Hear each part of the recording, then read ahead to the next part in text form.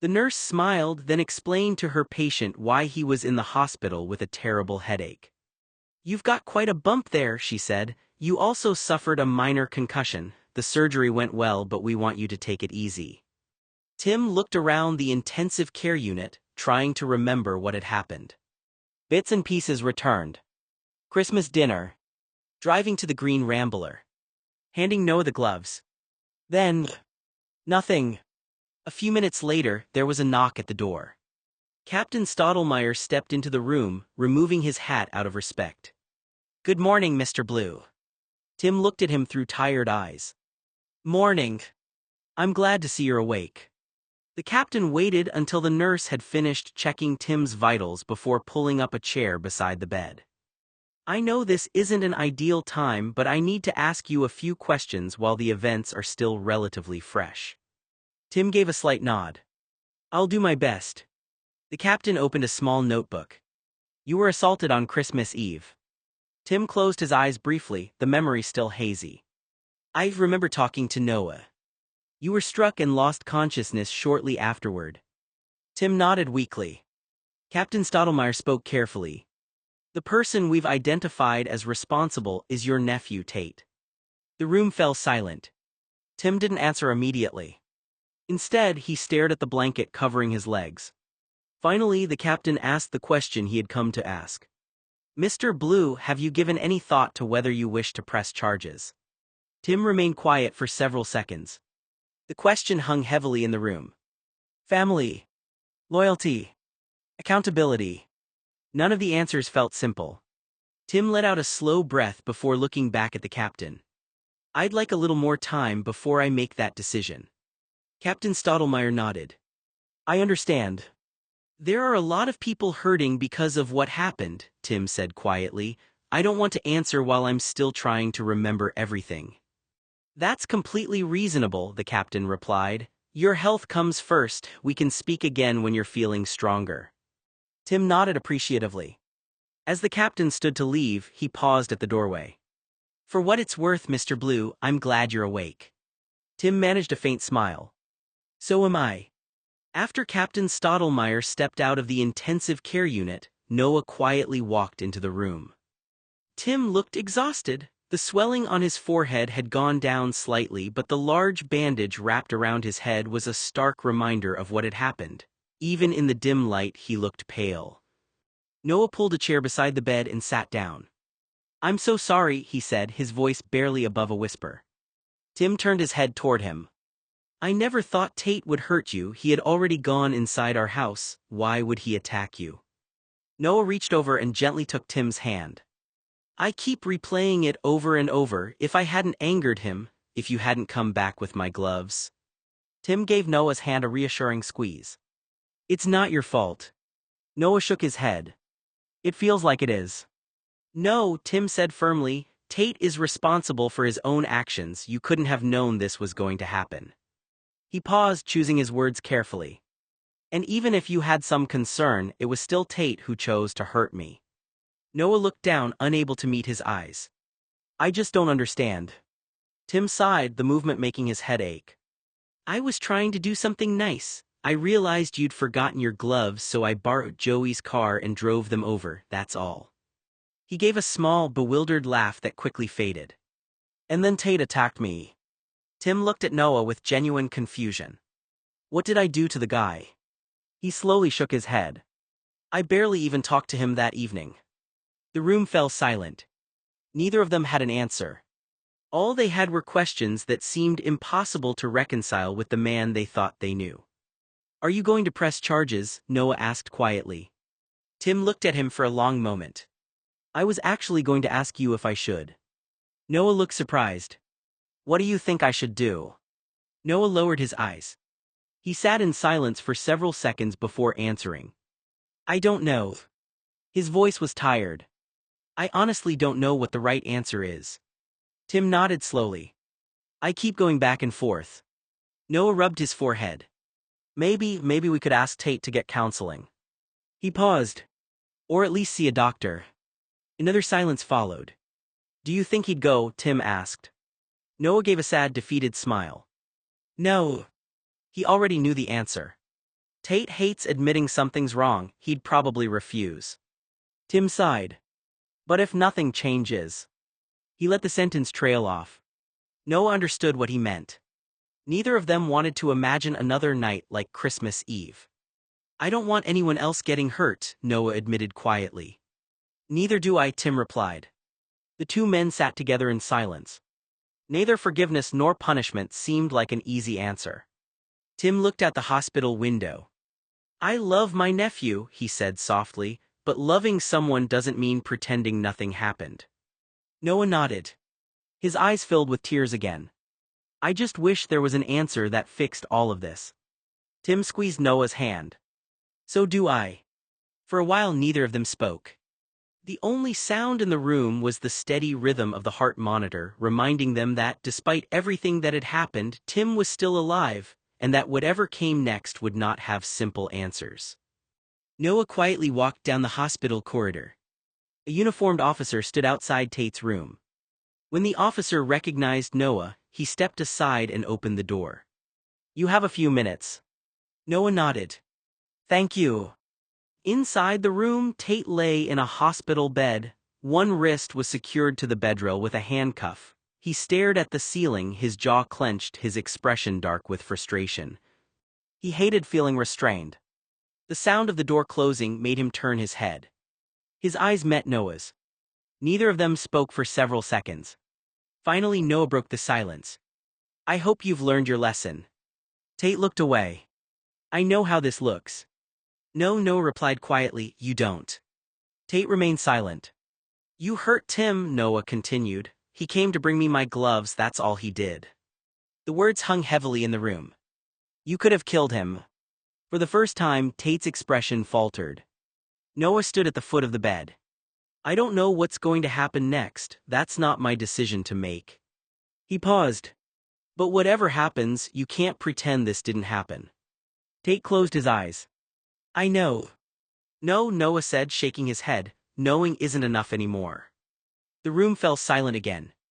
The handcuff resting against the metal bedrail gave a faint rattle as Tate shifted. Neither of them had imagined that Christmas would end like this.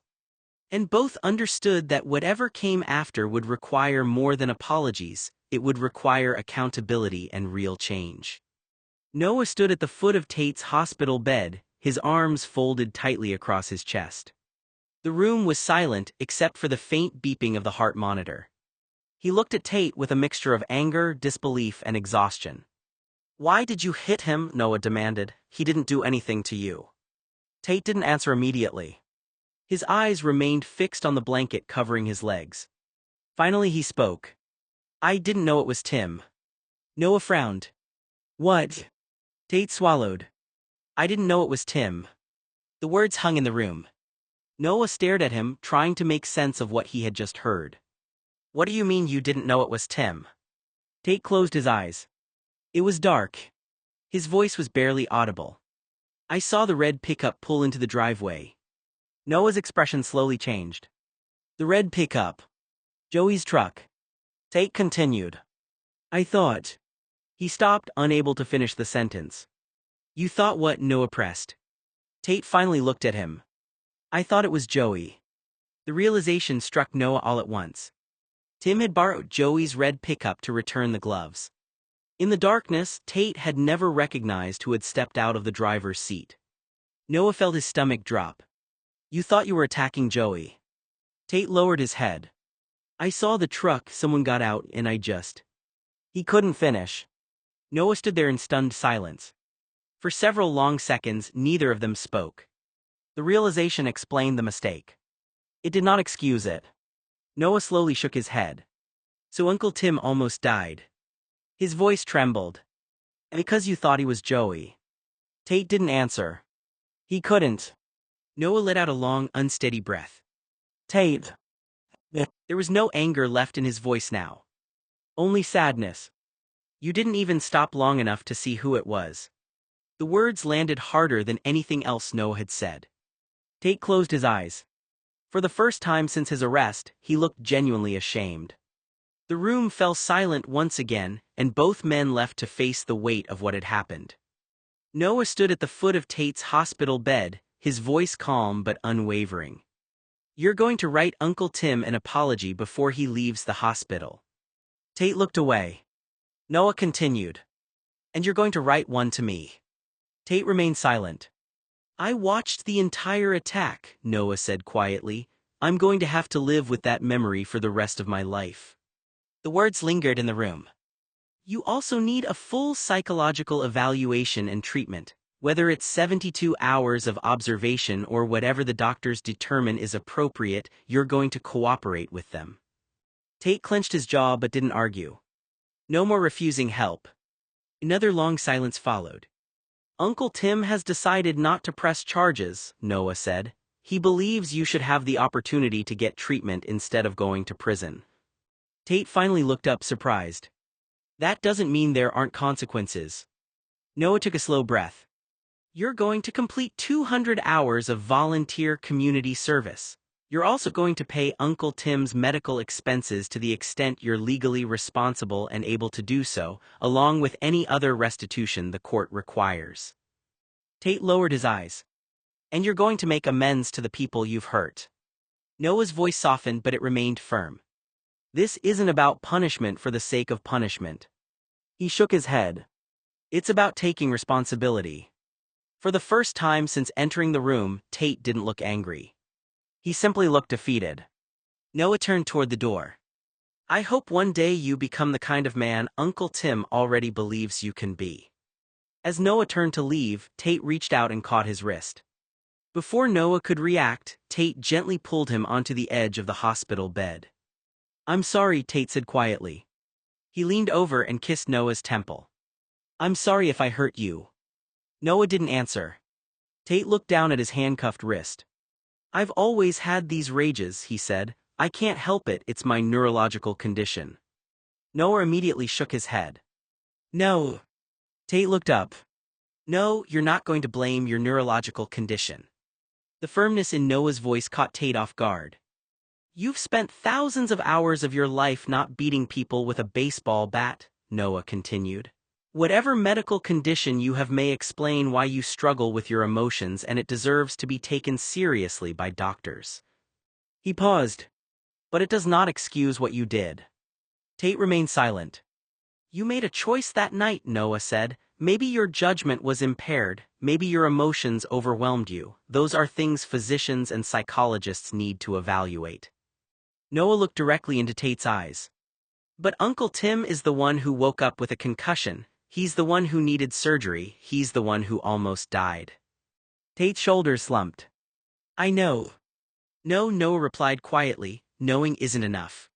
He took a slow breath. "If your condition contributed to what happened, then you owe it to yourself and to everyone around you to get treatment and follow it." Tate said nothing. "You don't get to hide behind an explanation," Noah continued.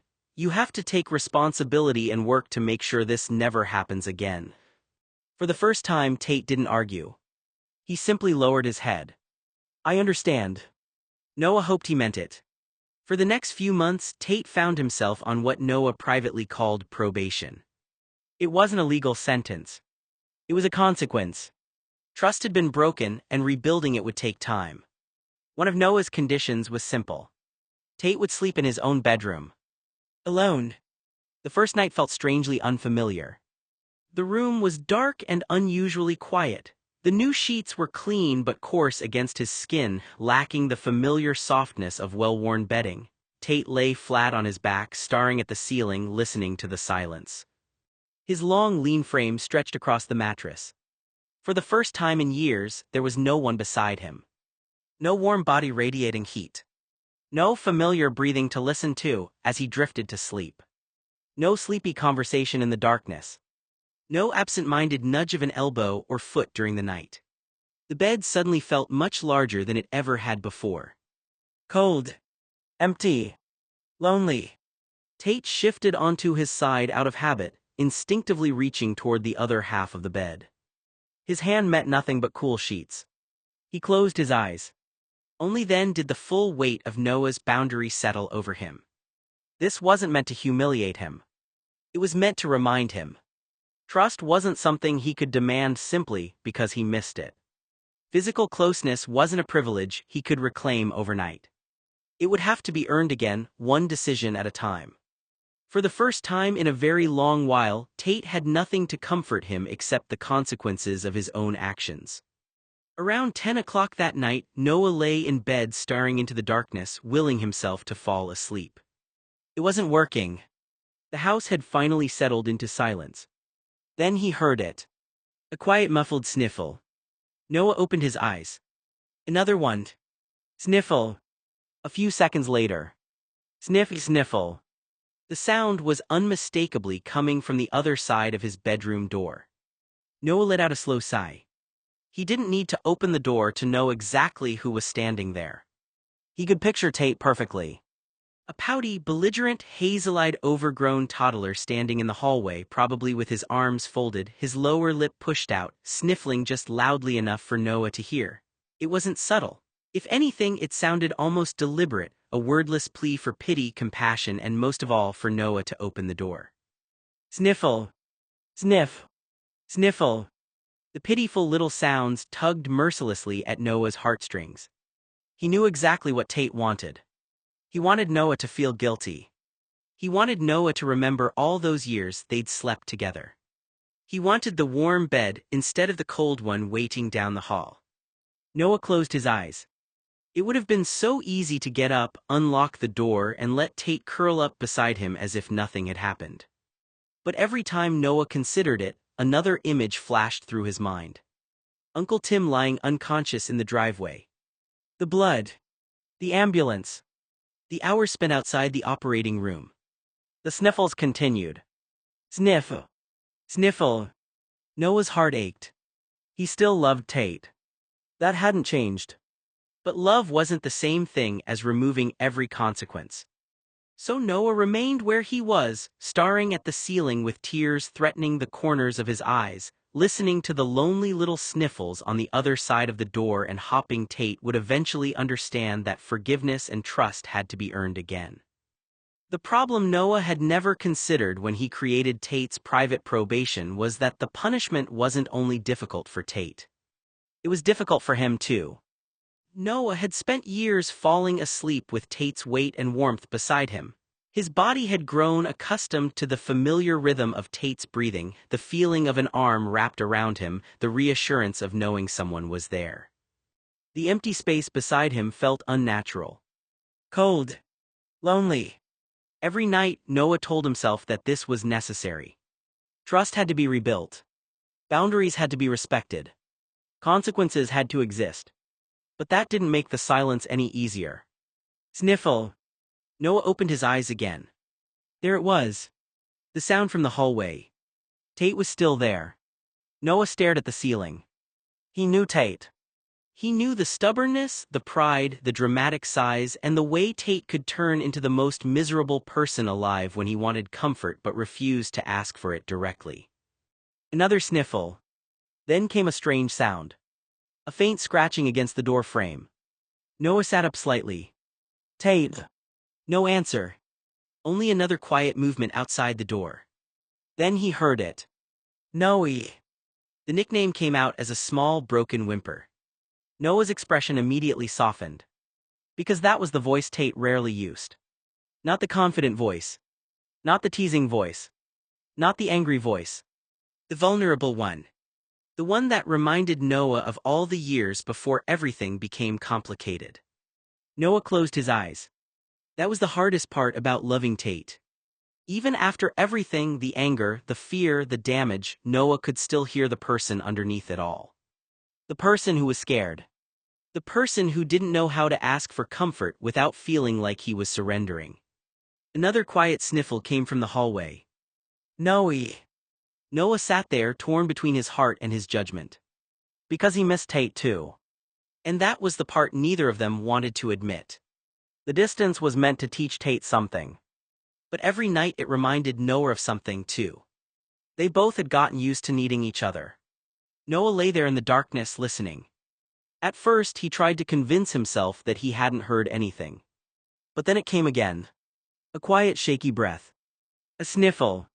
And then the unmistakable sound of someone trying very hard not to cry.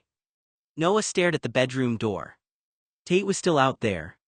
The same Tate who could walk into a room with confidence, who could charm almost anyone, who could act as though nothing in the world bothered him. But here, outside Noah's door in the middle of the night, he wasn't the untouchable person everyone else saw. He was just Tate, the hazel-eyed man who wanted what he had always wanted. His familiar place. His familiar comfort. Noah could almost picture him sitting on the floor outside the door, stubbornly refusing to admit how much this affected him.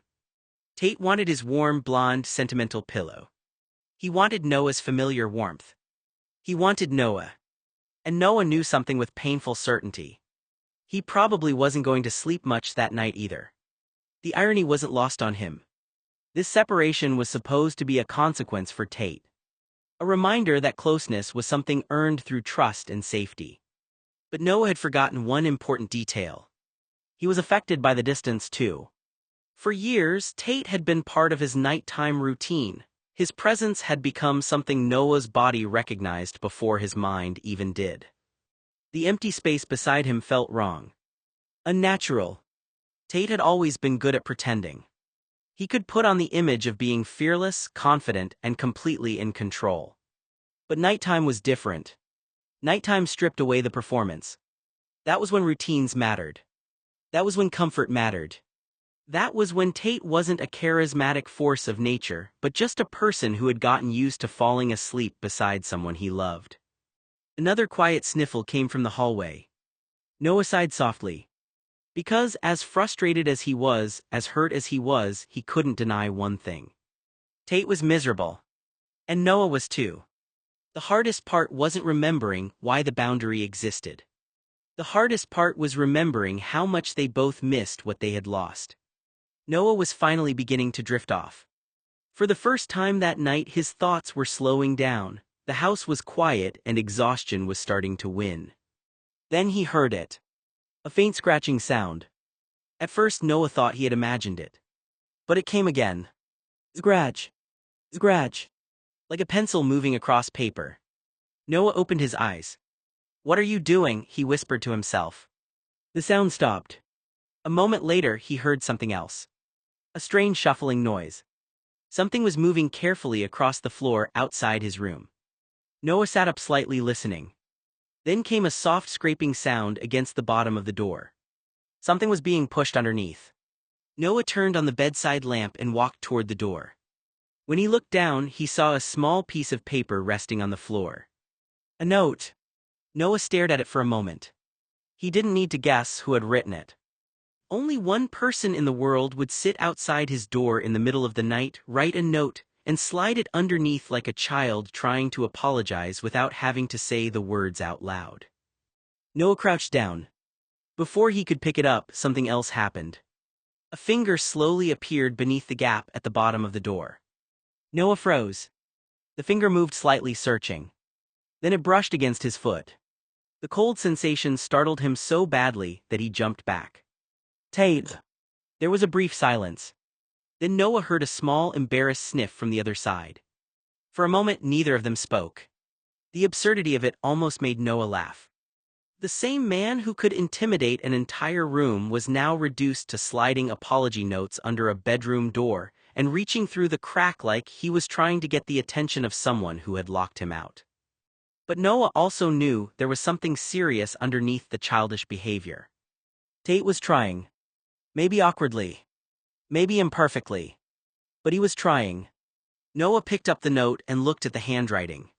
He took a deep breath before sitting down on the floor beside the door. He still wasn't ready to open it. But he wasn't walking away either. "Noah. I miss you." I miss us curled around each other on a mattress, keeping each other warm and feeling like the rest of the world didn't exist. I miss the stupid conversations we used to have before we fell asleep. The random things we talked about that probably wouldn't have made sense to anyone else, but somehow mattered to us. I miss you using my chest as a pillow. I miss waking up tangled together because one of us moved in our sleep, and somehow we ended up wrapped around each other again. I miss your arms around me, your warmth, your breathing, and the feeling that no matter what happened during the day, we had that one place where everything was quiet. I miss the little things. I miss your voice when you were half asleep. I miss the way you would leave the bed early because you wanted to be somewhere else and I would pretend I wasn't bothered even though I noticed every time.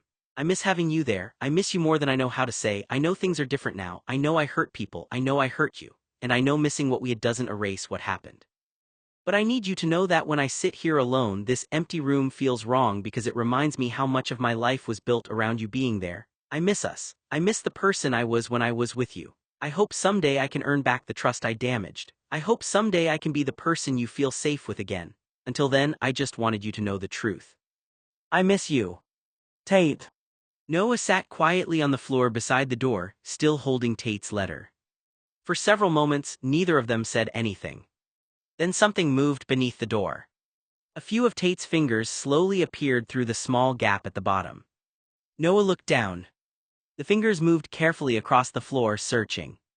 At first, Noah didn't understand what Tate was doing. Then he realized. Tate wasn't trying to open the door.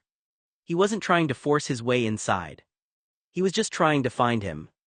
Noah could hear the quiet sounds on the other side, the small, frustrated noises as Tate tried to reach farther, stretching his fingers as close as the narrow space allowed. It was such a simple thing. Almost childish. But somehow it carried more meaning than words. Noah stared at Tate's searching hand. This was the same person who struggled to admit when he was scared, the same person who could be stubborn, proud, and impossible to reach when he was hurting. But right now, he wasn't asking for forgiveness with an argument. He wasn't demanding anything. He was just reaching. Slowly, Noah placed his own fingers on the floor beside Tate's. For a moment, they were separated by only inches of wood. Then Tate's fingers found his. The second their hands touched, Tate went still. Noah felt the familiar warmth of his hand, the familiarity of something that had been part of his life for so many years. Their fingers curled around each other through the small space beneath the door. Noah closed his eyes. The connection was almost overwhelming. Not because it fixed anything. It didn't. The door was still closed. The consequences were still real. The pain was still there. But for a moment, they were both reminded of something they had almost forgot. They were still two people who cared about each other. Tate's thumb moved gently over Noah's fingers. Noah wondered if Tate understood what this moment meant. Maybe Tate felt the same ache. Maybe he didn't. Maybe he only understood that he missed having Noah close. But Noah felt it all, the grief, the love, the anger, the longing, and the hope that somehow they could find a way forward. Neither of them spoke. They just stayed there on opposite sides of the door, holding hands through the small space between them. For several minutes, neither of them moved. Their fingers remained intertwined beneath the door, saying the things neither of them seemed able to say out loud. Noah felt the warmth of Tate's hand against his own and let himself stay there for a moment. Just a moment. Then reality returned. Slowly, Noah began to pull his hand away. At first, Tate didn't seem to notice. Then his fingers tightened. Not forcefully. Just instinctively. As though his hand was trying to hold onto the last bit of connection before it disappeared. Noah stopped for a second. His heart hurt. Because Tate wasn't trying to control him. He wasn't trying to force the door open. He was just reluctant to let go. But Noah knew he had to. He slowly slid his fingers free. One by one their hands separated. The space beneath the door became empty again. On the other side, Noah heard a quiet, frustrated sound. A small defeated sigh. Tate shifted. Then his fingers appeared again, moving beneath the door. Searching. Noah sat silently, listening as Tate's hand moved across the floor, trying to find him again. It was almost heartbreaking. Tate had always been someone who seemed larger than life, confident, stubborn, impossible to intimidate. But right now, outside Noah's bedroom door, he sounded lost. Noah looked toward the light switch. He realized Tate must have noticed when the room went dark earlier. He must have known Noah was still awake. He must have been hoping that if he kept reaching, Noah would eventually reach back. The fingers continued moving beneath the door. Searching. Waiting. Noah sat there in the darkness, torn between opening the door and remembering why he had closed it. Because the hardest part wasn't that he didn't love Tate. The hardest part was that he did. And sometimes loving someone meant wanting them close while still holding them accountable. Noah woke the next morning slowly. For a few seconds, he forgot where he was. The sunlight streaming through the window filled the room with a soft warmth, casting colors across the floor as the morning light passed through the glass. A quiet, peaceful feeling settled over the bedroom. Then Noah looked toward the door. And froze. There, beneath the small gap at the bottom of the door, were Tate's fingers. They were still there. At first Noah thought Tate was awake. But then he noticed the small movements were different. Not searching. Not reaching. Just the unconscious shifting of someone asleep. Noah stared. Tate had fallen asleep like that. Still on the other side of the door. Still reaching for him. The realization hit Noah harder than he expected. For all of Tate's pride, all of his stubbornness, all of the times he acted as though he didn't need anyone sometime during the night, he had simply run out of energy. He had fallen asleep on the floor outside Noah's bedroom, his hand extended beneath the door. Noah slowly sat up. The sight was both heartbreaking and frustrating. Because it reminded him of everything that made Tate complicated. The person outside the door was the same person who had caused terrible harm. But he was also the person who had spent years making Noah feel loved, protected, and wanted. Noah looked down at Tate's sleeping hand. The morning light stretched across the floor between them. A small space. A simple wooden door. And yet it held everything they were trying to figure out. Noah reached down slowly, not opening the door but resting his fingers near Tate's. For a moment he just sat there. Because even after everything, he still hoped Tate would learn how to reach for him without hurting anyone else in the process. Noah woke up and eventually made his way into the kitchen. The morning felt strangely normal. Almost too normal. He cooked breakfast the way he always had: eggs, sausage, ham, and a grapefruit sliced neatly in half. The familiar routine gave him something steady to focus on after the chaos of the last few days. He sat down with his plate and had just started eating his toast when he looked up. And there he was. Tate. Standing in the doorway. Noah had to fight the urge to smile. The expression on Tate's face was unmistakable. A scowl. A deeply offended, wounded scowl. It was the face of a stubborn little boy trapped inside the body of a grown man. "Good morning, sunshine," Noah said casually. Tate did not look amused. Not even slightly. He stood there with his arms crossed, his dark hair messy from sleep, looking like someone had personally insulted him by making him follow a rule he didn't like. Noah immediately understood what was bothering him. Tate wasn't angry because he didn't understand. He understood perfectly. He knew why Noah had made him sleep in his own room. He knew why the boundary existed. He knew his actions had consequences. But knowing something and liking it were two completely different things. Noah took another bite of toast. He couldn't help but notice something. Tate had spent years believing that no matter what happened, Noah would always be there. That no matter how angry, stubborn, or impossible he became, Noah would eventually soften. And maybe Noah usually had. Maybe Tate had never truly expected Noah to hold the line. But this time was different. This time Noah had. "If you want grapefruit," Noah said, nodding toward the counter, "you can have the other half over there." Tate looked at the grapefruit. Then at Noah. Then back at the grapefruit. His expression remained completely unimpressed. Noah raised an eyebrow. "What?" "Nothing." Noah knew that tone. It meant everything. For a moment, they simply looked at each other across the kitchen. The distance between them was not a bedroom door anymore. It was something quieter. Something harder.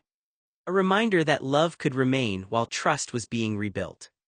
Finally, Tate walked over and took the grapefruit. But not before giving Noah one last wounded look. And Noah almost laughed. Almost. Because, despite everything, some things about Tate were still painfully predictable. Tate walked over to the table. For a moment, Noah thought he was finally going to sit down. He thought maybe Tate had decided to accept the quiet morning, accept the consequences, and simply be near him without demanding anything. Then, without warning, Tate reached over and shoved Noah's breakfast plate off the table. The plate hit the floor. Eggs, sausage, ham, and toast were scattered across the kitchen tiles. Noah slowly looked up. There he was. Tate. A grown man standing there with the expression of a stubborn child who had just thrown a tantrum because he wasn't getting the reaction he wanted. His arms were crossed. His hazel eyes narrowed. He was waiting. Waiting for Noah to get angry. Waiting for Noah to argue. Waiting for Noah to give him attention. But Noah didn't. He simply looked at the mess on the floor. Then he looked back at Tate. The silence was almost uncomfortable. Tate had always known how to get Noah's attention. A dramatic comment. A jealous reaction. A sudden mood change. A display of emotion big enough that Noah couldn't ignore it. And for years it had worked. But Noah understood something now. Tate wasn't asking for a connection. Not in that moment.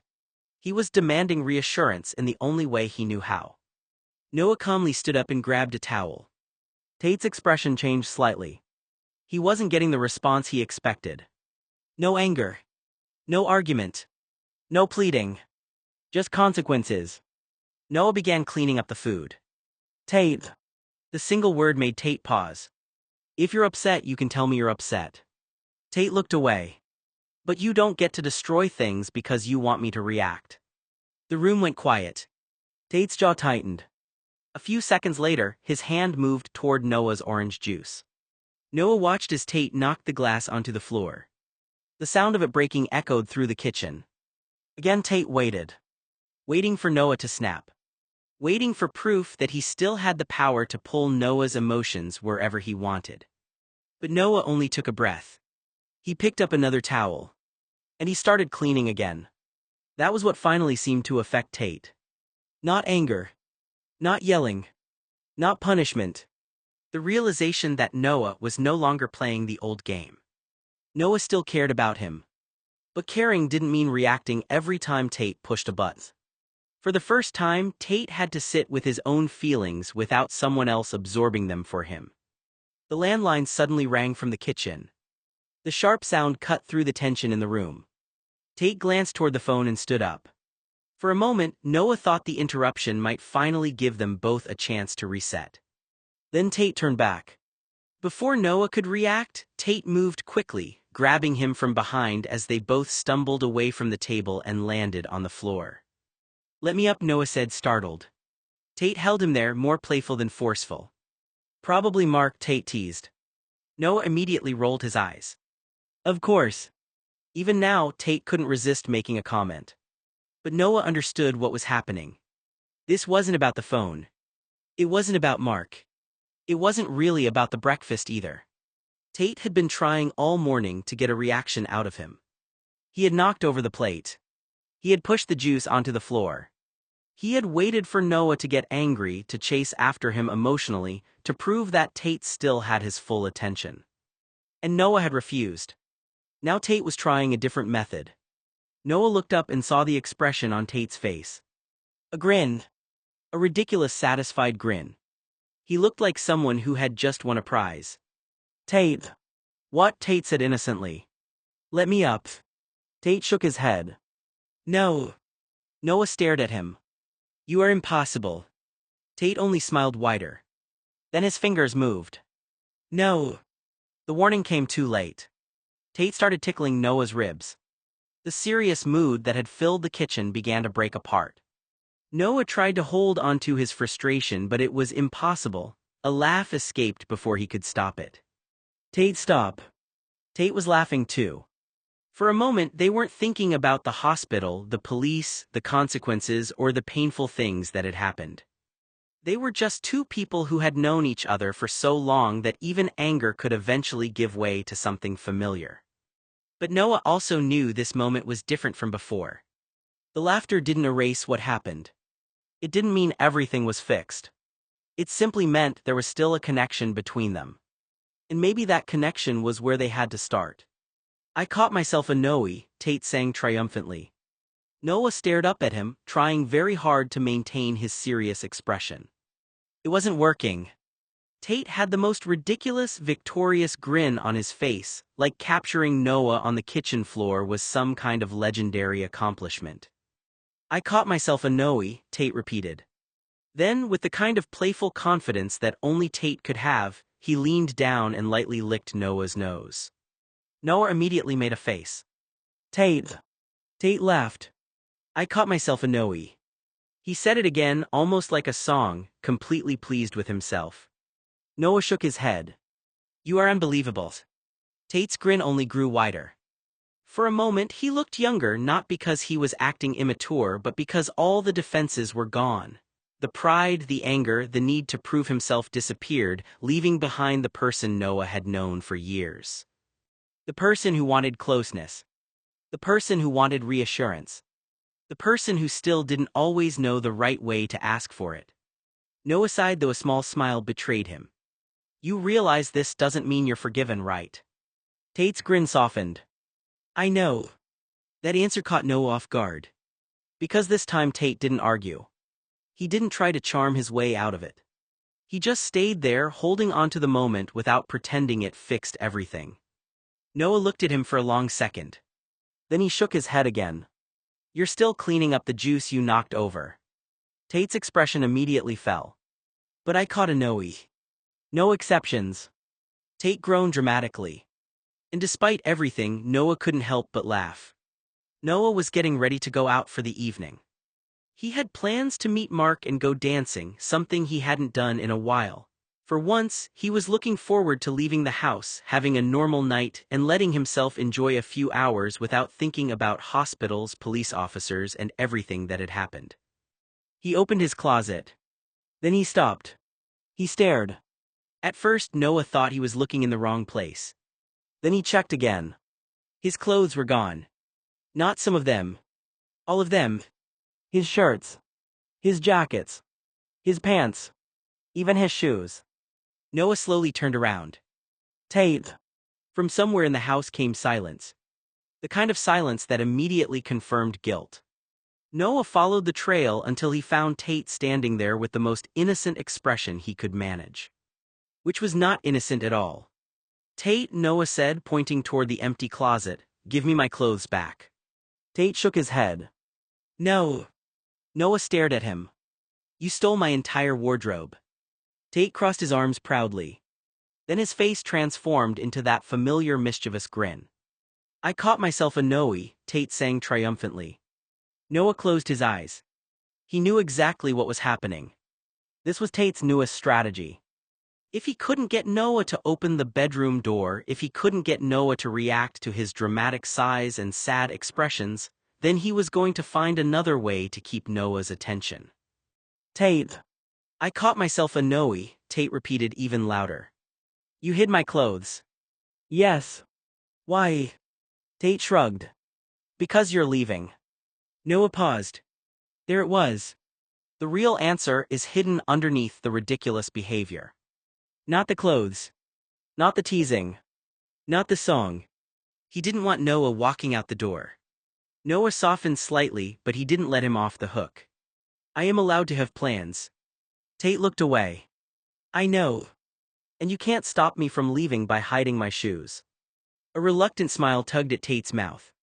Maybe I can. No. Maybe. Tate. The grin returned. I caught myself a Noe. Noah shook his head, fighting the urge to laugh. You are going to put my clothes back. Tate sighed dramatically. But I caught you. No. You were caught. No. Tate smiled. For the first time in days, Noah saw something familiar in him, not the anger or fear, but the playful person he remembered. Still, Noah knew the difference now. A smile was not the same as forgiveness. Playfulness was not the same as healing. But maybe slowly, they were learning how to find their way back without pretending the damage had never happened. Noah finally reached his limit. Tate. His voice echoed through the room. Not angry in the way Tate was used to, not explosive, not threatening. Just exhausted. Completely exhausted. Go get my clothes or we're going to have a problem. Tate looked at him. And somehow, impossibly, he looked like he was having the time of his life. A mischievous smile spread across his face. It's a scavenger hunt. Noah stared at him. He slowly inhaled, trying to collect himself. Deep breath. Another deep breath. He had learned that losing his temper with Tate often turned into a battle neither of them needed. "Tate," Noah said carefully, "go get me my clothes." Tate tilted his head. Or you will be moving out." The smile faded slightly. But only slightly. Tate shook his head. "No. No. Pepe Le Pew does not leave." Noah blinked. "What?" "Pepe Le Pew always pursues." Noah stared at him, completely unimpressed. "I don't remember any episode where Pepe Le Pew stole Penelope Pussycat's clothing." That made Tate pause. A tiny smile appeared. "Maybe not. Because that wasn't romantic." Tate opened his mouth. Then closed it. Noah continued. "That was just you hiding my stuff because you don't want me to leave." Tate looked away. "It's in a place you'll never unlock because you don't have the key." Noah narrowed his eyes. "You're hiding my clothes." Tate said nothing. Noah studied his face. Then realization hit. "The car." The playful expression on Tate's face disappeared. Just for a second. That was all Noah needed. "Your car." "Noe. Open your car door and give me my clothes." Tate remained quiet. Noah crossed his arms. "Now." For once Tate didn't have a clever response. The scavenger hunt was over. The teasing was over. Because Noah had figured it out. And Tate knew it. Noah looked around the room, completely exhausted by the ridiculousness of the situation. Then his eyes landed on the metal bat. The same bat. For a brief moment the air changed. Tate noticed immediately. The playful grin disappeared. "Noah." Noah picked it up not with anger but with a look of absolute frustration. "You have 15 seconds to open your car and give me my clothes." Tate stared at him. "Noe."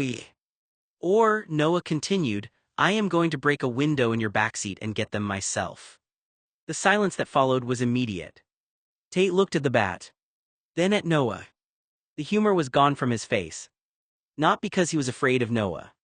Because he understood the point. The bat represented everything that had gone wrong. The loss of control. The fear. The consequences. Noah wasn't actually trying to become violent. He was showing Tate that he was done playing games. "It's up to you," Noah said. Tate shook his head slowly. "Okay." Noah raised an eyebrow. "Okay." Tate sighed. "I'll get your clothes." Noah lowered the bat. "Good." Tate walked toward the door, muttering under his breath. "I cannot believe the scavenger hunt ended this way." Noah followed behind him. "You hid my entire wardrobe." "It was a good hiding place." "It was your car." Tate paused. "Still." Noah gave him a look. Tate sighed. "Fine, not my best plan." As Tate unlocked the car, Noah watched him carefully. Because underneath the ridiculous behavior was something they both understood. Tate wasn't really trying to keep clothes. He was trying to keep Noah close. But Noah needed him to understand something important. Keeping someone close by force, by guilt, or by games wasn't the same as being chosen. And if Tate wanted Noah beside him, he had to learn the difference. Before Noah could react, Tate moved faster than he expected. The driver's door slammed shut. The engine started. Noah froze. "Tate." The car rolled backward out of the driveway. "Tate." But Tate was already pulling away. Noah stood there on the lawn, completely stunned. For a few seconds he couldn't even process what had just happened. Then the realization hit. He hadn't been planning to return the clothes. Not at all. "Tate, get back here." The car continued down the street. "Give me my clothes." All Noah got in response was the sight of Tate's hand briefly lifting from the steering wheel in a lazy wave before the car disappeared around the corner. Noah stood there in disbelief. "You have got to be kidding me." This was not the first time Tate had stolen his clothes as a ridiculous attempt to keep his attention. But this was the first time Tate had escalated it into an actual getaway. Noah pulled out the phone and immediately called Mark. The second Mark answered, Noah didn't even bother with a greeting. "Tate stole my clothes again." There was a pause. Then silence. Then Mark burst out laughing. Not a small laugh. A full, uncontrollable laugh. The kind where he couldn't catch his breath. No, seriously, Noah said, already irritated. He took everything, my shirts, my pants, my shoes. Mark tried to respond, but he was laughing so hard he could barely form words. He actually drove away. Yes. With your clothes. Yes, Mark. That only made Mark laugh harder. Noah could hear him trying to breathe, failing, and then laughing again. I'm sorry, Mark finally managed. I know I shouldn't laugh. You really shouldn't. But this is the most Tate thing I've ever heard. Noah sighed. I am standing outside my house because my adult roommate stole my wardrobe and ran away. Mark started laughing again. Noah looked down the empty street. The frustration was real. But despite himself, a tiny smile threatened to appear. Because only Tate could turn a serious conversation about boundaries and consequences into a bizarre clothing heist. Noah, Mark said between laughs, you realize he's doing this because he doesn't want you to leave. I know. And you're still mad. Yes. Fair. Noah shook his head. Tell me again why you think this is funny. Mark chuckled. Because somehow, after everything, Tate is still Tate. Noah looked toward the street where the car had disappeared. That was the problem. He knew exactly what Mark meant. Tate returned to the house later that night, carrying Noah's clothes like a reluctant thief returning stolen property. The house was quiet. Too quiet. He slipped inside, careful not to make a sound, and made his way upstairs. He had expected Noah to still be awake. Maybe angry. Maybe waiting to lecture him. Maybe giving him that disappointed look that somehow bothered Tate more than yelling ever could.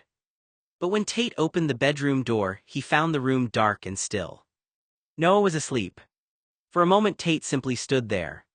The day's ridiculousness, the stolen clothes, the teasing, the argument felt far away. He had brought the clothes back. But he had also come back because he wanted to be close to Noah.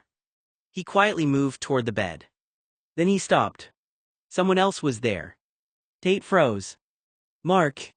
The nude sight of Noah and Mark sharing the same mattress that Tate used to share with Noah, and it immediately changed the entire mood of the bedroom. The jealousy and insecurity that Tate had struggled with for years rose up before he could stop it. It wasn't just about Mark. It was about what Mark represented. The fear that someone else could step into the space Tate had always considered his. The fear that Noah could find comfort somewhere else. Tate stood silently, staring at the bed. But this time something was different. He remembered the hospital. He remembered Tim. He remembered Noah telling him that fear didn't excuse his actions. For once, Tate didn't let the feeling control him. He didn't lash out. He didn't make a scene. He simply stood there, hurt and confused, realizing that the world did not stop revolving around him when he stepped away. Noah had boundaries. Noah had relationships with other people. Noah had a life outside of Tate. And if Tate wanted to be part of that life, he couldn't keep trying to claim it. Slowly, Tate set Noah's clothes down where Noah would find them in the morning. Then he stepped back from the bed. It was the hardest thing he had done all day. Walking away without demanding to be chosen.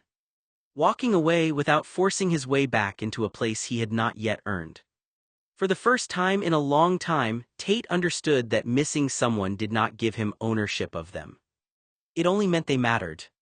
Tate stood there for a moment, staring at the bed. A familiar feeling rose in his chest. The feeling of being replaced. It wasn't rational. He knew that. But emotions rarely waited for permission. In Tate's mind, Mark wasn't just another person in Noah's life. Mark represented every fear Tate had refused to admit, the fear that someone else could become important, that someone else could provide comfort, guidance, or protection that Tate thought belonged to him. Before he could stop himself, Tate moved forward. The next thing Mark knew, he was on the floor beside the bed. He blinked awake, confused. What the? Then he looked up. Tate was already in the bed beside Noah. One arm was wrapped around Noah, holding him close as though he had reclaimed a place that had always belonged to him. Mark stared for a moment, trying to understand how he had gone from peacefully asleep to lying on the floor. Then he saw Tate's expression. The glare. The warning. It was unmistakable. Tate wasn't saying anything, but his eyes delivered the message clearly. Keep your distance. Don't take my place. Mark slowly sat up. He looked at Tate. Then at Noah, who was still asleep and completely unaware of the silent argument happening around him. For a moment Mark almost laughed. Because there it was again. The same possessiveness Tate had always struggled with. The same fear is hidden underneath the anger. But this time Mark noticed something else. Tate wasn't yelling. He wasn't threatening. He wasn't exploding. He was just sitting there holding onto Noah like someone afraid that if he loosened his grip, everything would disappear. Mark shook his head quietly. Tate, he whispered. Tate's eyes narrowed. Mark lowered his voice. You know you can't just solve everything by claiming a spot, right? Tate didn't answer. His arm remained around Noah. But after a moment, his expression changed slightly. Because somewhere deep down, he knew Mark was right. Noah wasn't something to win. He wasn't a possession. He was a person. And if Tate truly wanted Noah to stay, he had to learn how to be someone Noah chose, not someone who simply refused to let go. Mark watched quietly from the floor. The first thing he noticed was how tightly Tate held onto Noah. Not casually. Not comfortably. Like someone afraid that if he loosened his grip for even a second, Noah might disappear. Tate's arm was wrapped around him protectively, his body positioned between Noah and the rest of the world. Then Tate looked over. The expression on his face said everything. To Tate, Mark wasn't just a person standing in the room. He was a threat. An interloper. Someone who had stepped into a space Tate considered sacred. Mark had seen this side of Tate before, the way his entire demeanor changed whenever he felt someone might take Noah away. It wasn't about romance or competition in the way outsiders might assume. It was deeper than that. It was fear. Fear of losing the person who had been part of his life for so long. But fear didn't make Tate's behavior acceptable. Mark slowly stood up, brushing himself off. Tate, he whispered. Tate's eyes remained fixed on him. The message was clear. Back away. Don't challenge me. Don't make me feel like I have to fight for him. Mark studied him for a moment. The irony wasn't lost on him. Tate spent so much energy trying to make sure nobody could replace him that he sometimes forgot Noah wasn't something anyone could own. Noah wasn't a prize. He wasn't territory. He was a person who could choose who he wanted beside him. Mark glanced at the sleeping Noah. Then back at Tate. You know, Mark said quietly, the funny thing is, the more you act like you have to defend your place, the more you forget that Noah is the one who decides where you belong. Tate's expression tightened. But he didn't respond. Because somewhere underneath the jealousy and fear, he knew there was truth in those words. For years, Tate had fought against anyone he believed could take Noah away. But the real challenge had never been Mark. Or Joey. Or anyone else. The real challenge was learning that love wasn't something you protected by holding on tighter. Sometimes it was something you protected by becoming someone the other person felt safe choosing. Mark watched Tate carefully. There were a few signs that most people would have missed. The way Tate's jaw tightened. The way his eyes narrowed. The way he moved his tongue against his teeth, a familiar warning that Mark had seen before. It wasn't a conversation. It was a boundary. Stay away. Don't challenge me. Mark almost laughed because he recognized it immediately. Years ago, Tate had used that same intimidating gesture when he felt someone was getting too close to Noah. It was never really about the other person. It was about the panic underneath, the fear that someone else might become important and Tate would lose the place he had always held. Mark sat on the edge of the bed, looking at him. Tate, he whispered, amused despite himself, you do realize you're doing it again, right? Tate didn't answer. Those dark hazel eyes stayed fixed on him. Mark glanced down at Noah, still asleep and unaware of the silent standoff happening around him. You think everyone is trying to take him away from you. Tate's expression didn't change. Then Mark reached out, not aggressively, just enough to adjust the blanket near Noah's foot. Tate reacted immediately. He pushed Mark's hand away. The movement startled Mark and he stumbled backward onto the floor. The room went quiet. Mark looked up. Tate had already shifted closer to Noah, protective and tense. But even in that moment, Mark could see something beneath the anger. Fear. Not hatred. Not confidence. Fear. Mark slowly got back up. "You're not protecting him from me," he said quietly. "You're protecting yourself from the idea that you could lose him." Tate looked away. Because that was the part he hated most. Mark wasn't wrong. Tate had spent years treating anyone close to Noah as a potential threat, when the real thing he needed to confront was his own insecurity. Noah shifted slightly in his sleep. Both men immediately went quiet. For a moment they stood there in the dim room, united by one thing they both understood. They cared about Noah. But caring about someone didn't mean you had the right to control who else loved them, supported them, or stood beside them. That was a lesson Tate was still learning. Mark had spent years trying to be the bigger person. He had learned to ignore Tate's jealous looks, the dramatic reactions, and the way Tate seemed to transform whenever he felt someone was getting too close to Noah. Most of the time, Mark let it go. He understood where it came from. He knew Tate's behavior was rooted in fear and insecurity, even when it came out as anger and possessiveness. But tonight was different. Mark was tired. Tired of watching Tate act as though every person who cared about Noah was an enemy. Tired of watching Tate, I believe that protecting Noah meant controlling the space around him. For once, Mark decided not to back down. He leaned closer. Tate's expression changed immediately. "What are you?" Before Tate could finish, Mark leaned down and kissed Noah. It was brief. Only a few seconds. But it was enough. Tate froze. The shock on his face lasted only a moment before it turned into anger. He reacted immediately, shoving Mark backward. Mark stumbled away from the bed. The room went silent. Noah remained asleep, unaware of the confrontation happening beside him. Mark looked at Tate.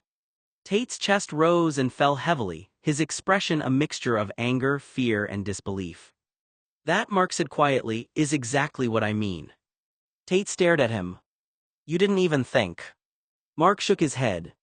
"You saw a threat and you reacted." The words landed harder than Tate expected. Because deep down, Tate knew there was truth in them. He had spent so much time trying to make sure nobody could take Noah away that he had stopped asking what Noah actually wanted. Mark stood up slowly. "I'm not saying I handled that perfectly," he admitted, "but neither did you." Tate looked back at Noah. The anger on his face slowly faded into something more complicated. Because the real problem had never been Mark. It had always been Tate's fear that he wasn't enough. Tate stood frozen beside the bed. For a moment, Mark saw the anger flash across his face. Not ordinary irritation. Something deeper. A mixture of shock, betrayal, and the old fear Tate had never fully learned how to control. How dare Mark cross that boundary? How dare Mark step into a place Tate considered sacred? How dare anyone act as though they could simply take his place beside Noah with an unnatural kiss? But beneath all of that anger was something Tate hated admitting. Fear. Fear that Noah could be loved by someone else. Fear that someone else could become the person Noah reached for first. Fear that all the years they shared could somehow be replaced. Mark saw it. And strangely, that was what made him stop smiling. Because for all the arguments, all the jealousy, and all the ridiculous battles between them, this wasn't really about winning. It wasn't about Mark proving he could get a reaction. It wasn't about Tate proving he could keep everyone away. It was about Noah. Tate clenched his jaw. Years ago, he might have reacted without thinking. He might have let the anger decide what happened next. But he remembered Noah's voice. The hospital. The consequences. The promise he had made. He took a slow breath. Mark noticed. That tiny pause.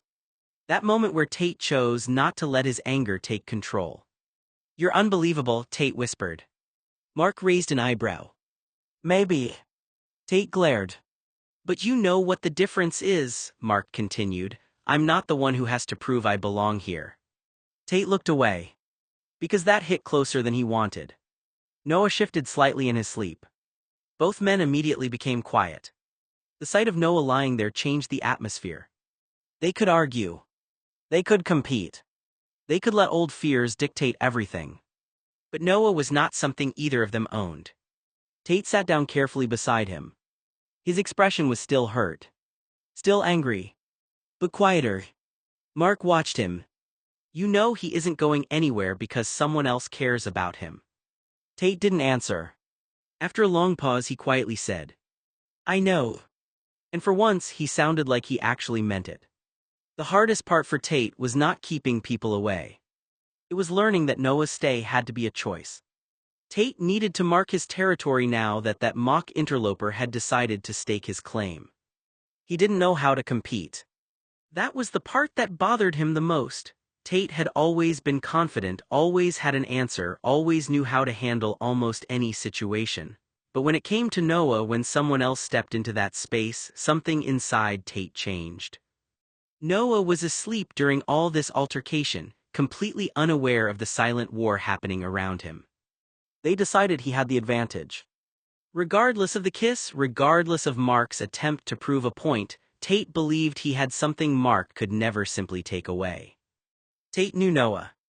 Tate had a history with Noah. Tate had years of memories, routines, and moments that belonged only to them. In Tate's mind, Noah had already chosen. And Tate believed that meant he was in charge. Tate was going to win. Tate slid off the bed completely naked, his cock already half-hard from the tension in the room. He moved straight to Noah and dropped down, pressing his mouth hard against the other man's. His tongue shoved deep past Noah's lips, thick and wet, filling his mouth completely as he held the kiss open. Tate's eyes stayed locked on Mark the entire time, unblinking, making sure the other man watched every second.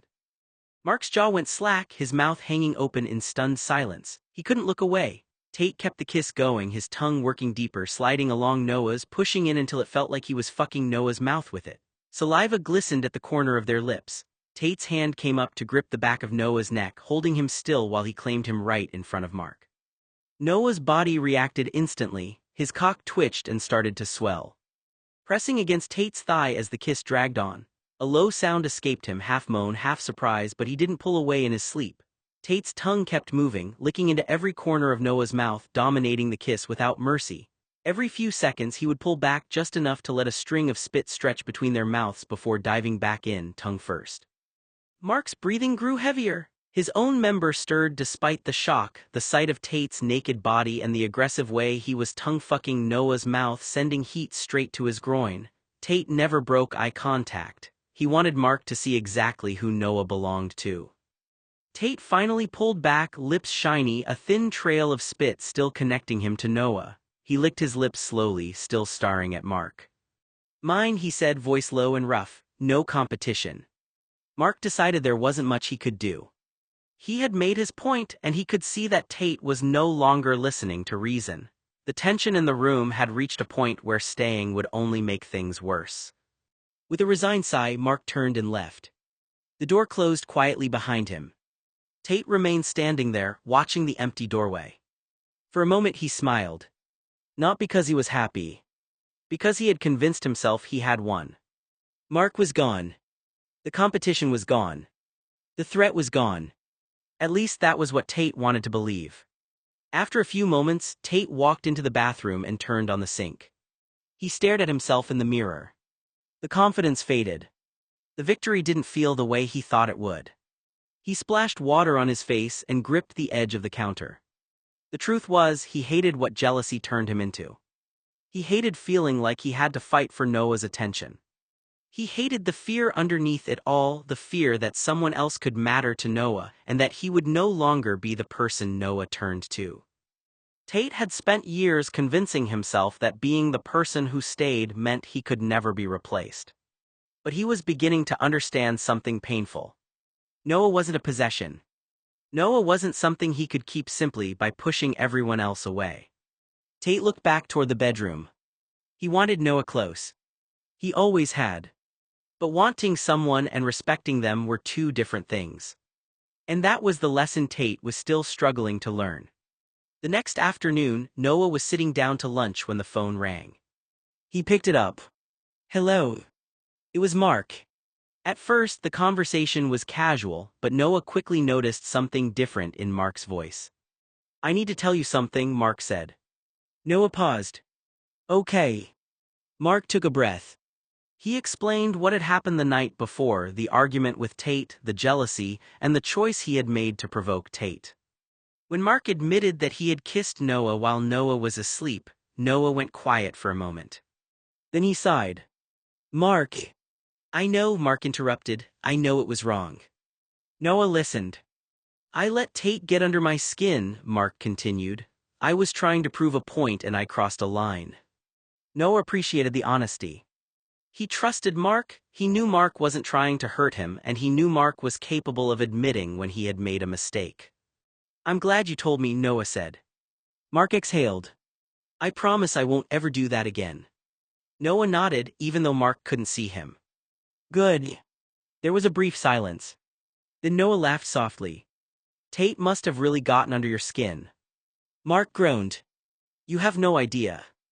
Noah smiled. "Actually, I probably do. Because if there was one thing everyone who knew Tate understood, it was that he had a way of turning even the calmest people into participants in his chaos." Mark laughed. "That might be the most frustrating thing about him. He knows exactly which buttons to push." "No," Noah said, "he knows which buttons he pushes." Mark paused. "Fair point." Noah looked down at his lunch, shaking his head. Despite everything, one thing was becoming clear. The people around Tate all cared about Noah. But they were also all learning the same lesson. Caring about someone didn't mean fighting over them. It meant respecting them. Mark cleared his throat and leaned in closer to Noah. "There's something else you should know," he said, voice low. "After I kissed you while you were asleep, Tate did the exact same thing. He wanted to get one over on me. He kissed you too." Noah stayed quiet, his mind racing as the words sank in. Mark kept going, describing every detail. "Tate shoved his whole tongue and mouth into your face. He kept his eyes locked on mine the entire time, staring me down like he was trying to intimidate me, like he was marking his territory so I'd back off and stop being competition for your attention." Noah didn't know how to respond. The image Mark painted made his stomach twist. He remembered the strange, heavy feeling on his lips when he woke up, but now it all clicked into place. Tate had done it deliberately, right in front of Mark, tongue pushing deep and wet while holding that unblinking stare. Tate was just his platonic bedfellow. They shared space, nothing more on Tate's end. Mark, on the other hand, was a gay man who actually liked Noah romantically, even if it wasn't serious. Noah had his own secret, unrequited feelings for Tate, but being kissed while asleep by either of them left him uneasy. The whole thing felt like a power play between the two men, with Noah caught in the middle without his consent. Noah shifted on the bed, unsure whether to confront Tate or let it drop. Mark watched him carefully, waiting for any reaction. A few hours later, at dinner, Tate sat at the table eating one of his BLT sandwiches. For a while everything was quiet. Then Noah looked across at him. "Why did you kiss me last night while I was asleep?" Tate froze. The bite of the sandwich stopped halfway to his mouth. His expression changed immediately. "That perv told you, didn't he?" Noah sighed. "Tate." Mark couldn't keep his big mouth shut. "I know you don't mean any harm," Noah said calmly, "but you can't kiss people while they're asleep. That's not consensual." Tate looked away. The words were difficult, but Noah needed to say them. "We don't have a romantic relationship. There was no reason for you to kiss me. If you want to kiss me, you need to ask." Tate's jaw tightened. "But he did it too," Tate said, his voice sharper. Noah shook his head. "This isn't about Mark." Tate looked at him. "He apologized?" Noah continued. "And even though I didn't mind Mark kissing me because he and I are very intimate friends and whatever he does to me while I'm awake or not would be consensual, I don't have that boundary or understanding with you." Noah paused. Tate stared down at his plate. "Do not kiss me while I'm asleep." The room became quiet. Noah waited. For once he didn't argue. He didn't make excuses. He didn't try to redirect the conversation. After a long moment, Tate nodded. "Okay." Noah studied him carefully. "I mean it, Tate." "I know." Tate looked down at his sandwich. "I hate him," Tate admitted quietly. Noah didn't respond. "I hate Mark," Tate repeated. "I just wanted him to go away." There was a pause. "But I won't kiss you again." Noah nodded. "Thank you." Tate took another bite of his sandwich. "I didn't like kissing you anyway." The comment was quiet. Almost dismissive. Noah was hurt by what Tate said. He looked at Tate for a moment. Because that was the part Tate rarely admitted. Behind the jealousy and anger was someone who was afraid. Afraid of losing his place. Afraid of being replaced. Afraid that if someone else could care about Noah, then maybe Tate wouldn't matter anymore. But fear didn't excuse crossing boundaries. And Noah needed Tate to understand that caring about someone meant respecting them, too. Noah left the room quietly, leaving Tate alone with his sandwich and his thoughts. Sunday night dinners had become a tradition. Ever since Tate and Noah had returned home from Brown University to the busy metropolis of Los Angeles after graduating in 1990, there had rarely been a Sunday when the dining room at Tate's childhood home wasn't full. Every week, Noah's college friends, Tate, and their extended circle gathered around the long table. Each Sunday had its own theme. One week it might be homemade Italian. The next, barbecue. Another week, Mexican food or seafood. The menu changed constantly, but the tradition never did. No matter how busy life became, everyone knew where they would be on Sunday evening. Tonight, however, was different. Tonight wasn't just another Sunday dinner. It was Noah's birthday. The calendar read 1992. Noah was turning 24. By early evening, the house was already alive with conversation, laughter, and the sounds of guests greeting one another at the front door. Friends carried wrapped presents into the living room, exchanged hugs, and wished Noah a happy birthday before drifting toward the dining room, where the aroma of dinner filled the house. One by one, all of Noah's college friends arrived, eager to celebrate the occasion. The familiar Sunday tradition had transformed into something even more special. A birthday gathering filled with good food, old memories, friendly teasing, and the unmistakable warmth of people who had remained close long after their university days had ended. For one evening, work, responsibilities, and the pressures of adulthood faded into the background. Tonight was simply about celebrating Noah and wishing him another happy year surrounded by the people who cared about him most.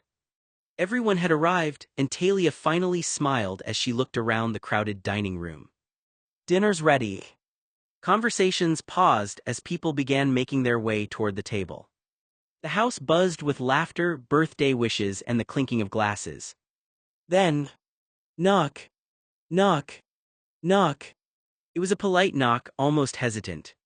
Tate frowned. Who could that be? He muttered. Everyone who had been invited was already here. He walked toward the front door. The moment he turned the knob, the door swung open. Bang! Tate froze. Standing on the front porch was the last person he ever wanted to see again. Mark. He was balancing an absurdly large, gift-wrapped present in both arms, complete with an oversized ribbon tied across the top. Perched crookedly on his head was a brightly colored paper party hat that looked completely ridiculous on a grown man. Mark smiled warmly. Hey Noah, happy. The greeting died in his throat. His eyes met Tate's. The smile disappeared. For several long seconds, neither man spoke. The memory of the last time they had seen each other hung heavily between them. Mark hadn't forgotten. Neither had Tate. Mark's gaze drifted briefly to Tate's hands before returning to his face, as if subconsciously checking that there wasn't another violent outburst waiting for him. Tate's jaw tightened. His hazel eyes narrowed. Neither man moved an inch. The birthday party, the laughter inside, and the smell of dinner suddenly felt a million miles away.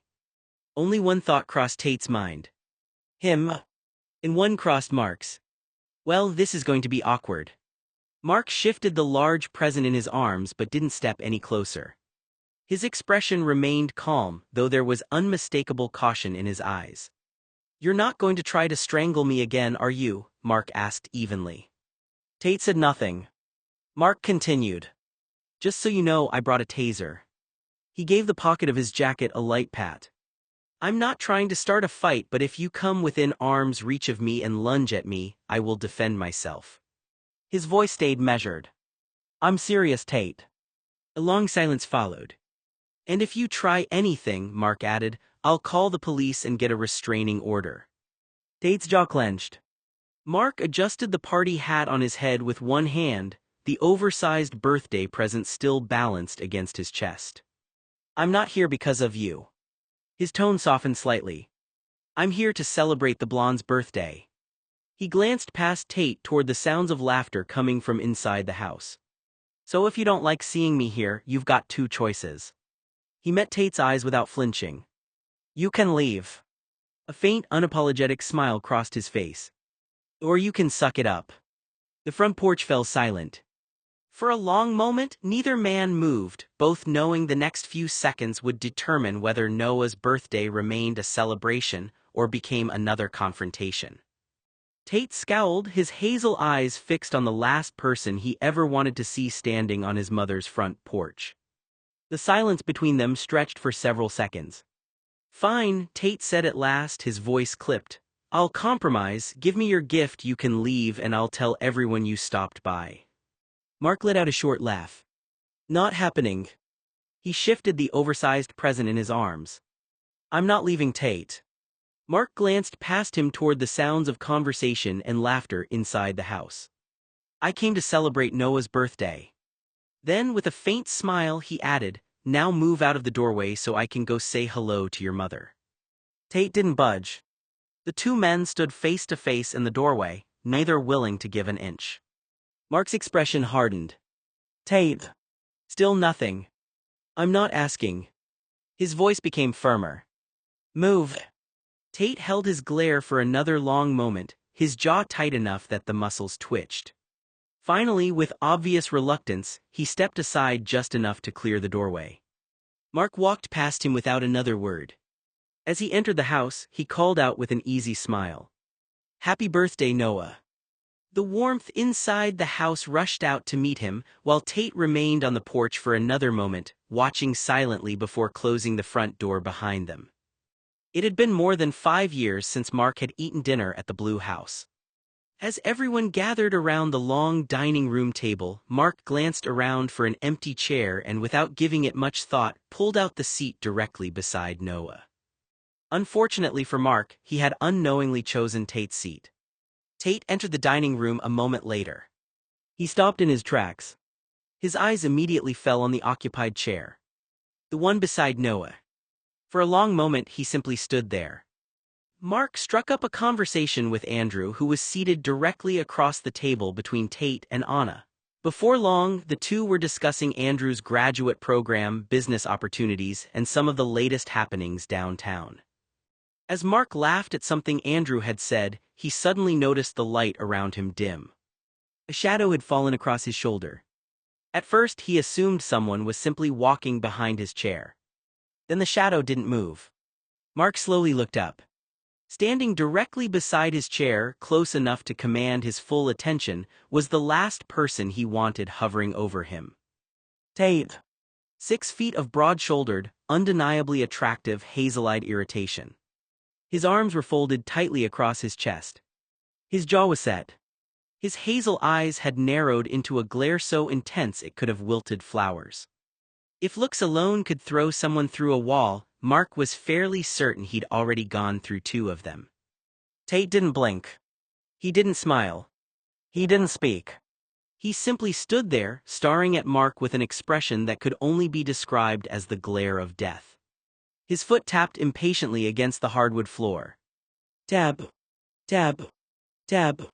The rhythmic stomping grew louder every few seconds, the unmistakable sound of someone whose patience had completely evaporated. Mark looked from Tate's face to the empty chair at the opposite end of the table. Then back to Tate. Understanding slowly dawned on him. Oh. Mark sighed dramatically. This is about the chair, isn't it? Tate's expression never changed. His foot continued tapping. Tap, tap, tap. Several people around the table noticed the silent standoff. Anna lowered her fork, trying very hard not to laugh. Andrew suddenly found his mashed potatoes fascinating. Terrence quietly sipped his iced tea. Even Talia knew better than to interrupt whatever was happening. Mark looked back up at the towering, scowling man who, despite being a fully grown adult, somehow looked exactly like an oversized, hazel-eyed toddler waiting for someone to fix an unbearable injustice. You've got to be kidding me, Mark muttered. Still no response. Just another impatient stomp. Deb. Deb. Deb. Tate wasn't leaving. He wasn't interested in negotiating. He wasn't even pretending this was about anything other than one simple fact. Mark was sitting in Tate's seat. And until that problem was corrected, Tate looked perfectly content to stand over him for the rest of the evening, arms crossed, glaring jealous daggers and silently making everyone at the table aware of exactly how displeased he was. The conversation at the dining table had settled into a comfortable rhythm. Mark had struck up an easy discussion with Andrew about work, while Noah and Talia had become engrossed in talking about the upcoming charity gala Talia was organizing for the local senior center. Crystal glasses clinked softly as drinks were poured, silverware shifted against china, and laughter drifted through the room. For a few peaceful moments, everything felt perfectly ordinary. Then Noah noticed movement out of the corner of his eye. He looked across the table. Towering beside Mark's chair stood Tate. The 6-foot-tall, broad-shouldered young man looked less like an adult and more like a furious toddler trapped in an adult's body. His hazel eyes were narrowed into an exaggerated scowl, his arms folded so tightly across his chest that his forearms disappeared beneath his biceps. He wasn't saying a word. He was simply glaring at Mark. His foot began rhythmically stomping against the hardwood floor. Stomp! Stomp! Stomp! Every stomp echoed through the dining room. Several people glanced over before trying to pretend they hadn't noticed. Mark slowly looked up from his conversation. Hi, Tate. Tate didn't answer. He merely continued glaring. Stomp! Stomp! Stomp! His expression made it abundantly clear what the problem was. Mark happened to be sitting in Tate's usual chair. There were still several empty seats available around the table. Just not that one. Noah watched the spectacle for another few seconds before letting out an amused laugh. He shook his head. You're kidding me. Tate remained motionless except for his foot. Stomp! Stomp! Stomp! Noah laughed harder. An adult acting like a child. Still nothing from Tate. Just another theatrical stomp. Noah finally addressed him. Tate. No response. Tate. The jealous hazel eyes shifted toward Noah for barely a second before returning to Mark. You know, Noah said, struggling not to smile, there are at least 5 perfectly good chairs at this table. Stomp. You can just take one. Stomp. You don't have to sit in that exact seat every single meal. Stomp. Mark didn't take your chair on purpose. Another stomp. He didn't wake up this morning and think, I'm going to ruin Tate's evening by sitting 3 feet to the left. A few quiet chuckles escaped around the table. Andrew bit his lip. Susie stared at her plate, trying desperately not to laugh. Joey covered his mouth with his hand. Noah continued. Just sit somewhere else tonight. Stomp. Be flexible. Stomp. It's one dinner. Stomp. I promise you'll survive. For a long moment, Tate simply stared at Mark as though silently debating whether glaring alone might somehow cause him to evaporate. Mark slowly raised both hands. I honestly didn't know. Still. Nothing. Just one final dramatic stomp. Noah sighed with exaggerated patience before turning back toward Talia. Sorry about that, he said casually, as though this interruption were only mildly unusual. Now, what were you saying about your geriatric charity event? Talia blinked once before picking up exactly where she'd left off. As I was saying, we're trying to raise enough money to renovate the recreation room, most of the residents. Stomp. Everyone instinctively looked again. Without saying a word, Tate finally surrendered. With all the dignity of a sulking 5-year-old who had lost an argument, he pivoted sharply away from Mark's chair. He marched across the dining room. Stomp. Stomp. Stomp. Every step seemed intentionally louder than the last. He wasn't merely walking. He was making absolutely certain everyone heard how deeply inconvenienced he had been. He passed several perfectly acceptable chairs. Ignored another. Walked past one directly beside Joey. Skipped one near Andrew. Finally, he reached the only remaining empty chair. It also happened to be the seat farthest away from Noah. Tate stopped beside it. He gave one last dramatic huff. Then he practically threw himself into the chair. Bang! The wooden legs scraped loudly across the floor. The entire table rattled. Several glasses vibrated. Mark jumped. Andrew flinched. Susie closed her eyes for a moment. Without a trace of embarrassment, Tate leaned back dramatically, folded his arms again, and then lifted both boots onto the edge of the dining table. He stared straight ahead with the unmistakable expression of someone who believed he was the injured party. The conversation died instantly. The room became silent. Everyone looked at Tate. Then everyone looked at Talia. Talia slowly lowered her fork. She closed her eyes for one long, patient breath, the kind only a parent who had practiced extraordinary self-control for years could manage. When she opened them again, she fixed her son with the unmistakable look that every member of the family recognized. Tatum Joseph Cornelius Blue. Tate didn't move. Get your goddamn feet off the table. Silence. We have guests. Tate continued pretending not to hear. Talia's voice became even calmer, which somehow made it far more intimidating. Act your age. Another long pause. You're a grown man. Still nothing. Focus. Only then did Tate let out an exaggerated sigh worthy of a dramatic stage performance. He slowly removed his boots from the table as though he were making an enormous personal sacrifice, folded his arms once more, and settled into his chair with an unmistakable pout while the rest of the family quietly tried to resume dinner as though none of it had happened.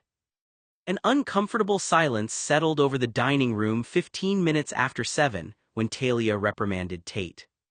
Tate sat with his arms folded tightly across his chest, his jaw clenched, hazel eyes fixed stubbornly on the far wall. Although his boots were finally off the table, his posture made it abundantly clear that he was still protesting the injustice of having to sit somewhere other than his usual chair. No one spoke for several seconds. The only sounds were the faint clink of silverware and the ticking of the grandfather clock in the hallway. Finally, Mark glanced over at Tate. He studied the sulking expression, the exaggerated pout, and the rigid posture before speaking in a perfectly calm voice. You know, Tate. Tate didn't even look at him. Mark continued. Based on your behavior. He paused just long enough for everyone at the table to look his way. I'd say your bedtime should be in about 15 minutes. Silence. Not a single person laughed. Andrew lowered his eyes to his plate. Susie suddenly found her mashed potatoes fascinating. Joey quietly cleared his throat. Even Talia resisted smiling. The joke landed. Just not in a way anyone was comfortable acknowledging. Slowly Tate turned his head. His hazel eyes locked onto Mark. The glare that followed could have frozen fire. Mark managed a nervous smile. I'm just saying. Tate didn't blink. Didn't answer. Didn't smile. Then his gaze shifted. He looked directly at Noah. Only moments earlier, Noah had been laughing at Tate's foot stomping and pouting. Now Tate's expression settled squarely on him. The message in his eyes was unmistakable. This is your fault. Noah's grin disappeared almost instantly. He pressed his lips together, suddenly deciding that continuing to laugh might not be in his own best interest. He looked down at his plate instead. I'm done, Noah muttered quietly. Talia sighed. Can we please, she said, looking around the table, finish one dinner without anyone acting like they're in elementary school? Her eyes drifted briefly toward Tate. And yes, she added dryly, I'm looking at the tallest person in the room. A few restrained smiles appeared around the table, but no one dared laugh aloud while Tate continued to glare across the room in stony silence. The tension at the table had already reached its limit. Mark's teasing comment about Tate's bedtime hung in the air, and everyone was carefully pretending the situation wasn't as ridiculous as it had become. Then Tate slowly turned his attention back toward Mark. His eyes narrowed. For a moment, everyone expected him to make some sarcastic remark or simply continue sulking. Instead, Tate leaned forward slightly and muttered, "Fuck you." The room went completely still. Before anyone could even process what he had said, Tate lifted both hands and gave Mark a rude gesture, flipping him off deliberately. The silence that followed was immediate and absolute. No one moved. No one laughed. Even Joey, who usually found a way to make light of almost any situation, simply stared. Mark blinked, caught completely off guard. Talia's eyebrows slowly rose. That expression alone was enough to make everyone at the table nervous. She set her fork down. Very carefully. Tatum Joseph Cornelius Blue. Her voice was quiet at first. Too quiet. Tatum. Tate looked over at her, still wearing the faintest hint of a smug smile. You apologize to our guest. Her voice grew sharper. Right now. The entire table waited. Everyone knew that tone. That was not the tone of a mother making a suggestion. That was the tone of a mother who had reached the absolute end of her patience. Tate leaned back in his chair. For a second, it looked like he might actually apologize. Then the corner of his mouth lifted. A small defiant smile. He looked directly at Talia. Make me bitch. The words landed like a bomb. The entire table went silent. Completely silent. No one even breathed for a moment. Noah slowly looked down at his plate. Andrew stared across the table in disbelief. Mark's expression changed from amusement to complete shock. Talia simply stared at her son. Not angry. Not yelling. Just staring. The kind of stare that made everyone else in the room immediately understand that Tate had crossed a line. The playful argument over a chair was gone. The joking was gone. Now it was a matter of respect. Talia folded her hands in front of her. For a moment, nobody at the table seemed to know how to react. Tate had said many things over the years. He had been stubborn, dramatic, sarcastic, and impossible when he dug his heels in. Everyone at the table had seen him push boundaries and test patience. But this was different.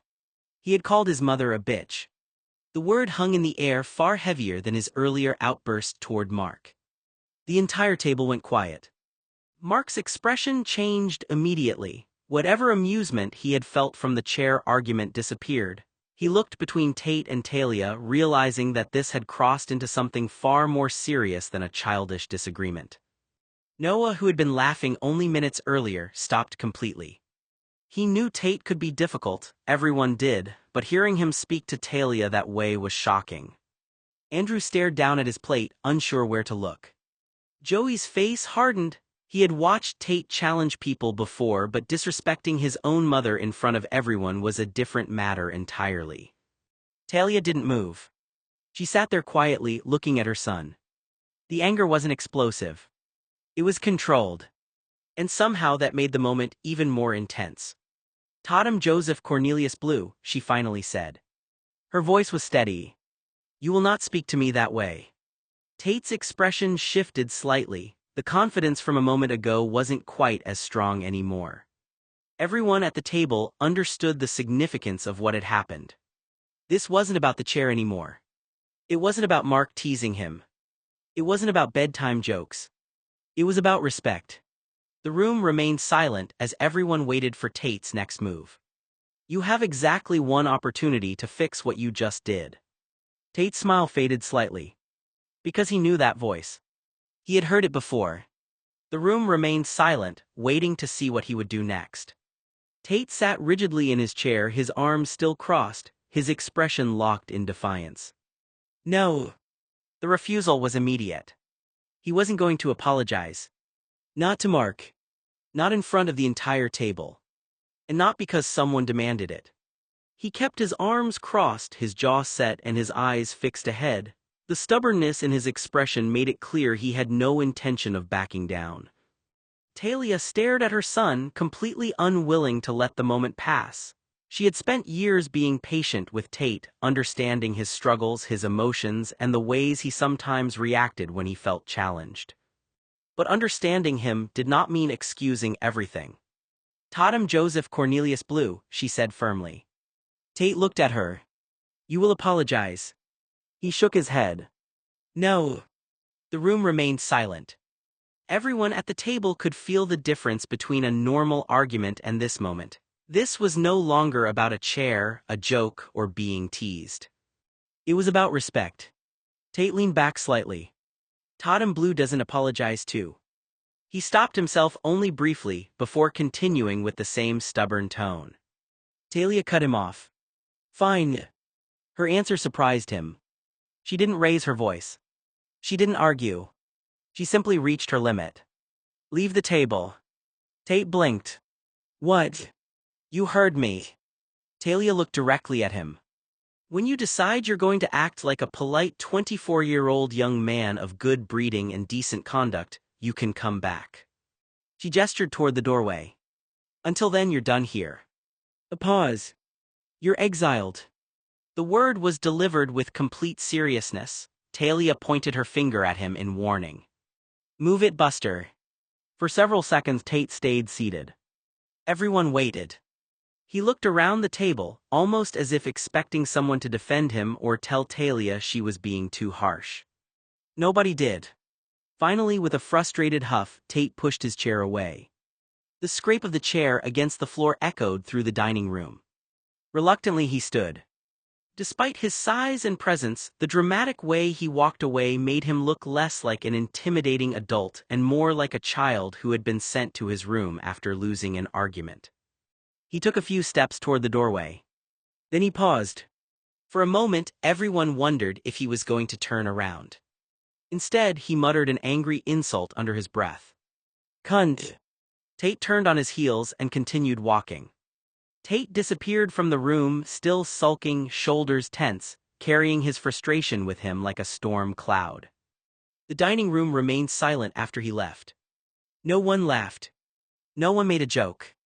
Everyone understood that Tate's outburst had gone too far.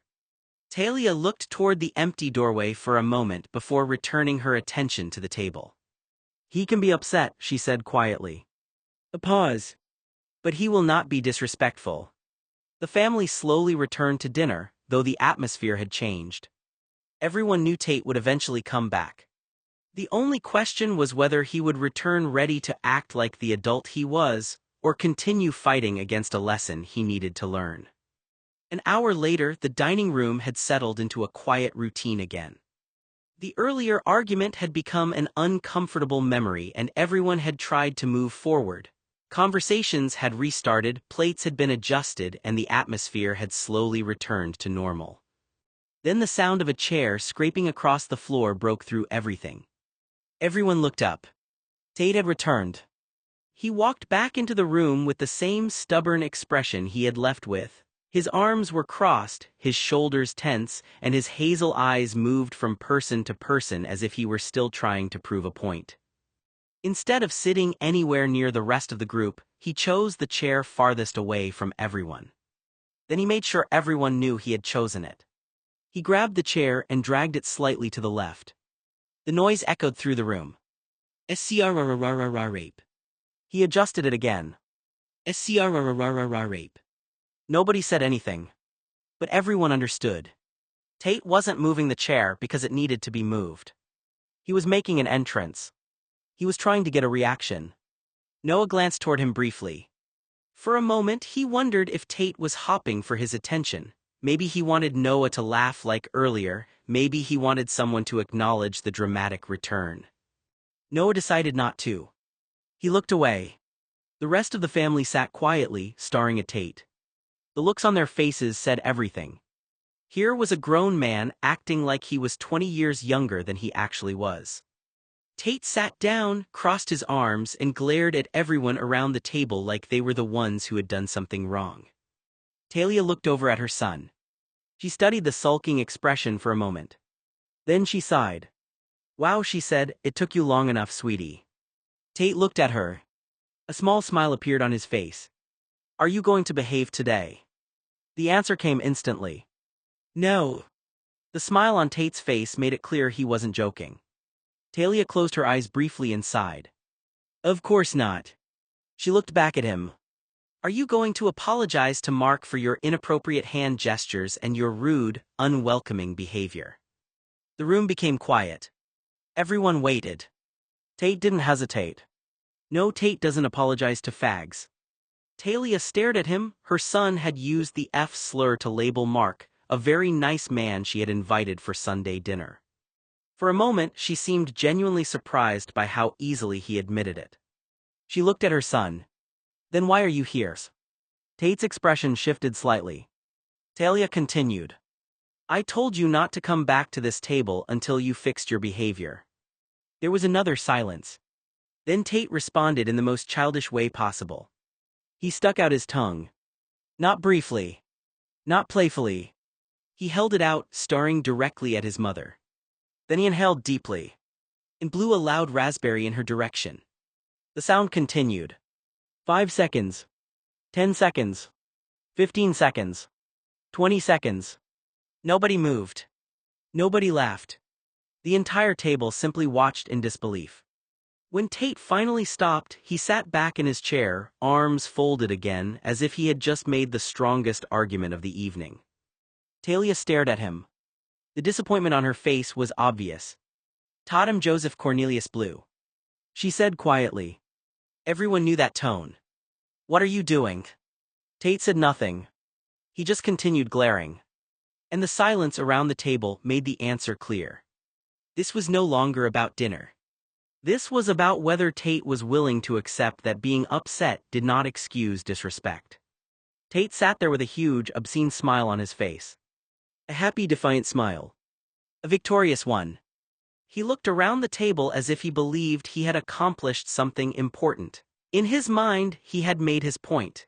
He had refused to apologize, returned on his own terms, and managed to shift the entire mood of the evening around him. He leaned back in his chair, crossed one leg over the other, and wore the expression of someone who thought he had just won a major battle. Everyone else at the table saw something very different. They saw a grown man proudly doubling down on childish behavior. Tate reached across the table. Before anyone could stop him, he leaned over and grabbed a chicken wing directly off Uncle Joey's plate. Then he sat back and started eating it. Joey slowly looked down at his now empty spot on the plate. Then he looked back up at his nephew. The room went quiet again. Joey stared at Tate.